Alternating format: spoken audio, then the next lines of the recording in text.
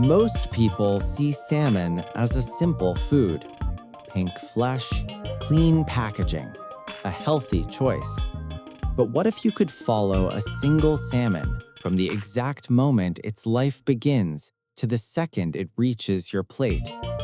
What if you could step inside one of the most technologically advanced food production systems on Earth? A system where biology is engineered, growth is calculated, and nature is carefully controlled.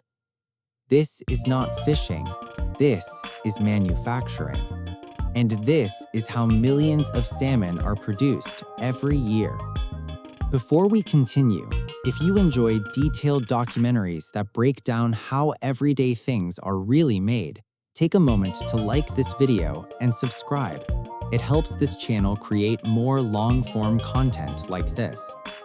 Now, let us start at the very beginning. Every farmed salmon begins its life far from the ocean. Inside land-based hatcheries, entire environments are recreated indoors.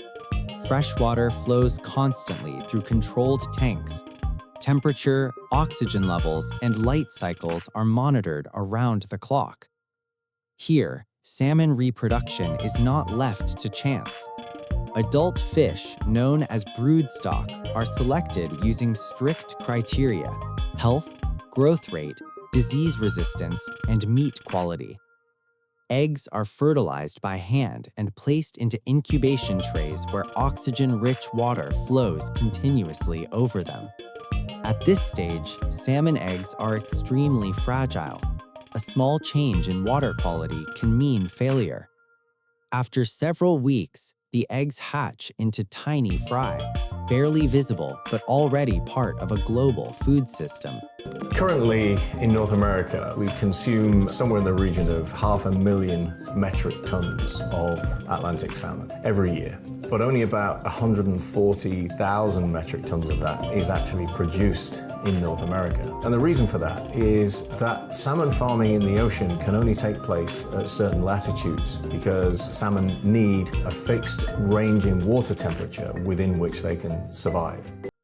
For months, these young fish live entirely indoors, protected from predators and environmental stress. They are fed specially formulated, high-protein pellets designed to promote rapid, efficient growth. Welcome to Overland Agriscience. I'm going to take you on a quick tour of our black soldier fly farm. So there's many tens of thousands in here. They'll get more than twice this size when they're fully grown. People ask me, you're feeding insects to salmon? And when you ask them and you say, well, what do you think salmon are eating in nature? Well, actually in nature, salmon spend a lot of their time in rivers where they're actually eating insects. People are demanding higher quality foods. That puts tremendous pressure on our food supply system. Insects are an incredibly good way of producing a lot of protein in a small amount of space. The soldier fly is actually unique in that what we can do with it is we can actually feed it food waste. And so we're turning food waste into a very high quality protein. This is survival without competition, growth without migration. As the salmon grow, their bodies begin to change. This transformation is called smoltification. Internally, their physiology adopts, allowing them to process salt water instead of fresh water. Externally, their appearance shifts slightly. Scales become more reflective, and behavior changes. This stage is critical. If the timing is wrong, the fish may not survive the transition to the ocean. Once the salmon reach the smolt stage, they are ready to leave the hatchery. They are carefully transported, often by truck or specialized vessels, to coastal farming sites. For the first time in their lives, they encounter the open sea. Offshore, massive open water pens float just below the surface. Some are as large as football fields. Inside each pen, tens of thousands of salmon swim together in slow, constant motion. This is where most of the salmon's growth happens. Feeding here is entirely automated.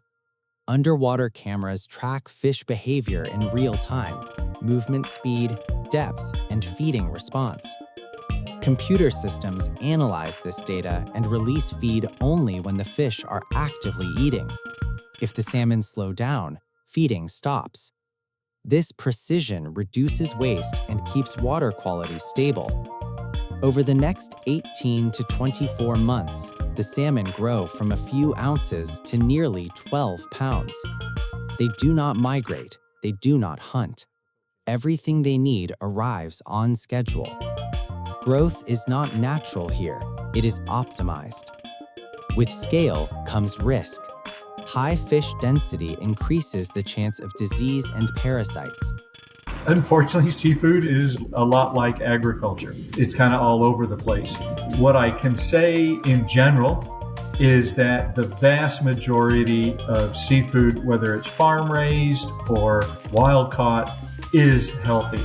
Aquaculture is still a relatively new industry, and there have certainly been missteps that have been made. But if we're going to feed 9.5 billion people in another 27 years, aquaculture is going to have to be a key part of that.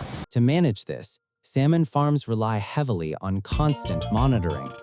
Sensors track oxygen levels, temperature, and water flow 24 hours a day. Underwater cameras allow operators to watch fish behavior without disturbing them. If something changes, a drop in oxygen, unusual movement, signs of stress, action must be taken immediately. A delayed response can affect thousands of fish.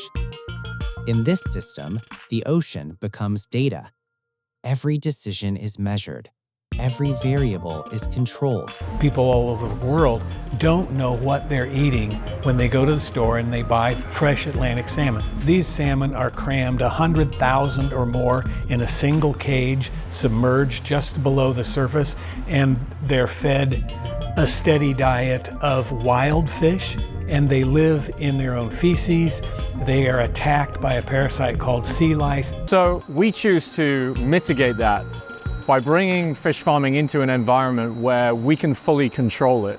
We're also not impacting the ocean in the way that we farm salmon. So we're not discharging waste back into the ocean.